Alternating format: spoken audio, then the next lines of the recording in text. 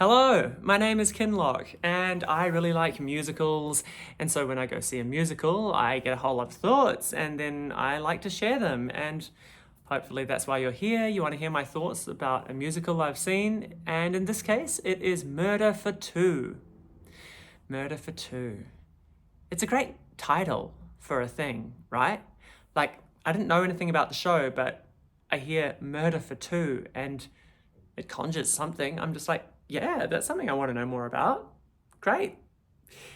And I've got to say, it's a bit unusual to go see a musical that I'm completely unfamiliar with, because often, the things that get produced in Melbourne are shows that have been around a while. And so you might go in having already seen the movie or having already listened to the music or just generally being familiar with what you're about to see. And it's really nice to walk into something completely fresh, not know what the musical style is going to be, not know what the tone of the piece is going to be, and just prepare to be surprised.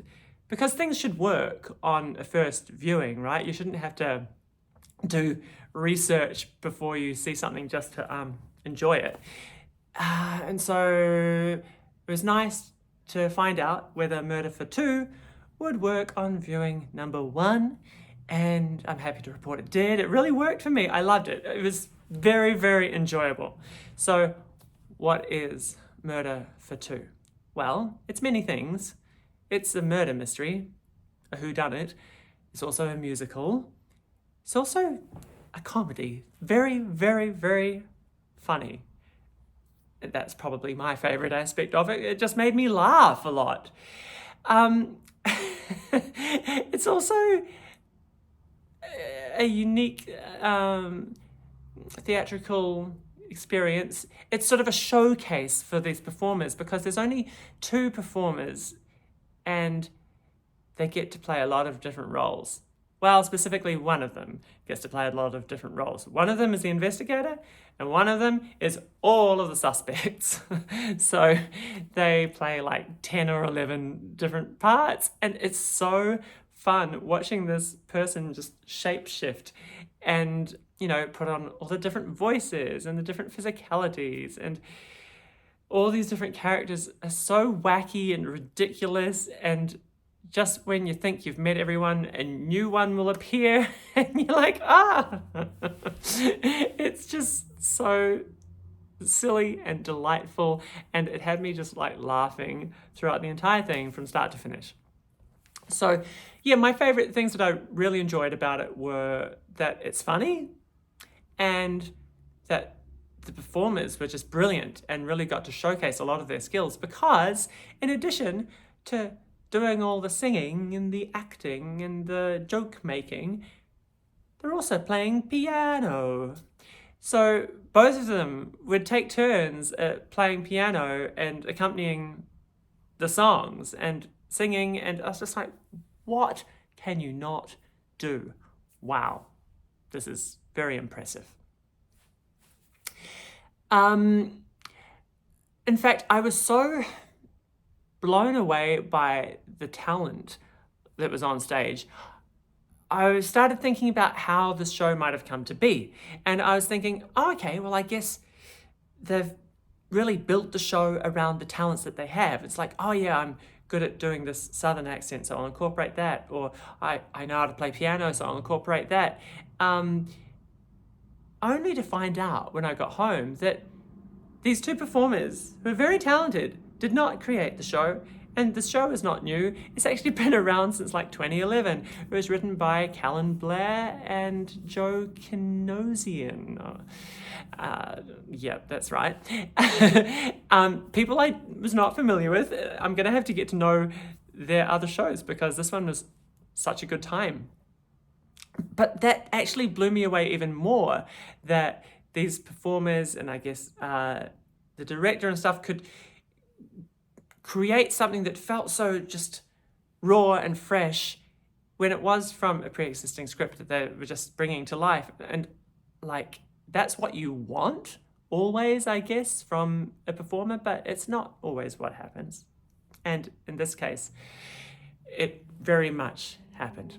So I've sort of alluded to the fact that the favourite things I enjoyed were the fact that it was funny and the fact that these performers were brilliant, which might suggest that I didn't enjoy other aspects.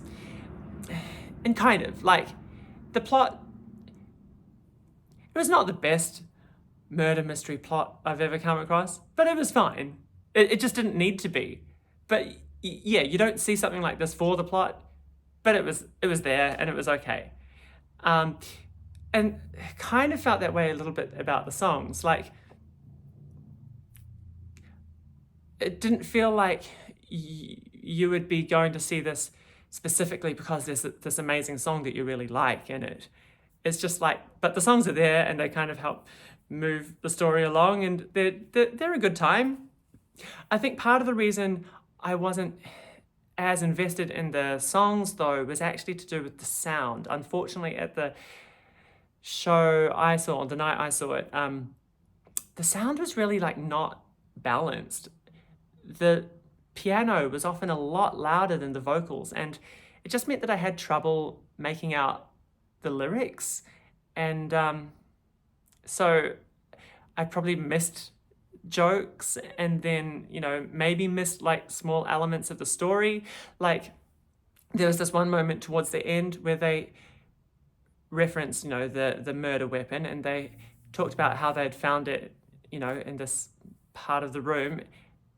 But they were talking about it as though it was something that happened earlier in the show, and I was like, you found the murder weapon there? I don't remember that happening. What? And there are no... They didn't have the murder weapon as a prop. It was like they were miming using it, and it was invisible. And I was just very confused. So maybe that happened during a song and I didn't hear the lyric. I'm not really quite sure how I missed that. It was very strange. But yeah, so having since learned that it's a pre-existing show that's been around a while, I've also learned that there's a cast recording. So I've listened to that a little bit, but I think the more I listen to that, maybe I'll pick up on some of the lyrics I missed and get a better sense for the music. And maybe next time I get to see the show, I will be like, the music was the best thing, because I'll be more familiar with the songs. So that feels like the sort of thing that could grow on me, but it wasn't immediately what won me over about the show. So I've mentioned that the performers were great, so I should probably shout them out. Gabby Bolt was one of them, and the other was Maverick Newman. And Maverick Newman was the one that played all these different characters, and so kind of for that reason gets more of the glory, just because it seems like such a fun and challenging role. And he was so funny. So funny. The way he moved, just the smallest like glare just could elicit the biggest laugh from the audience. Like, he really had us all in the palm of his hand. I want to say the palms of his hands. I think it's just the palm of one hand, isn't it? When you like, anyway, I'm getting off track. Whoops. But I just thought it was just brilliant. Really commanded our attention and just was in total control, and it's just so goofy and silly and funny, and it's just like, I want to see more of this. Please do more things that we can watch you in. Gabby Bolt, I also really enjoyed. She's got a great voice, and it was kind of weird because some of her songs, I was just like, da da da da da, okay, sort of in the low part of her register, and I'm like, this is okay, an average song. And then she would switch into a different part of her voice, and this huge, like, belty musical theatre moment would happen, and I'd be like, oh, yeah, I'm into this. This is what I like. And I was sort of surprised there wasn't more of that. But it might be to do with the fact that I sort of realised afterwards that this show was originally developed for 2 male performers, and so the songs would have been written for a very different type of voice to her voice. She doesn't have a man's voice. And so, yeah, that sort of seemed like a bit of a shame because she clearly is very capable of like belting out these great songs, and the music wasn't written in a way that showcased her voice as much as, for instance, Maverick got showcased. So, yeah. But both of them are on my radar. I want to see more from them. Also, big shout out to the director, Richard Carroll.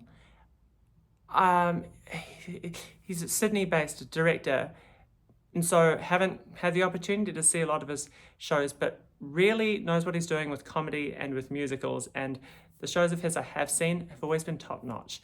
And so it's exciting when one of them makes it down to Melbourne to see. I wish they all would. That's really all I have to say about Murder for Two.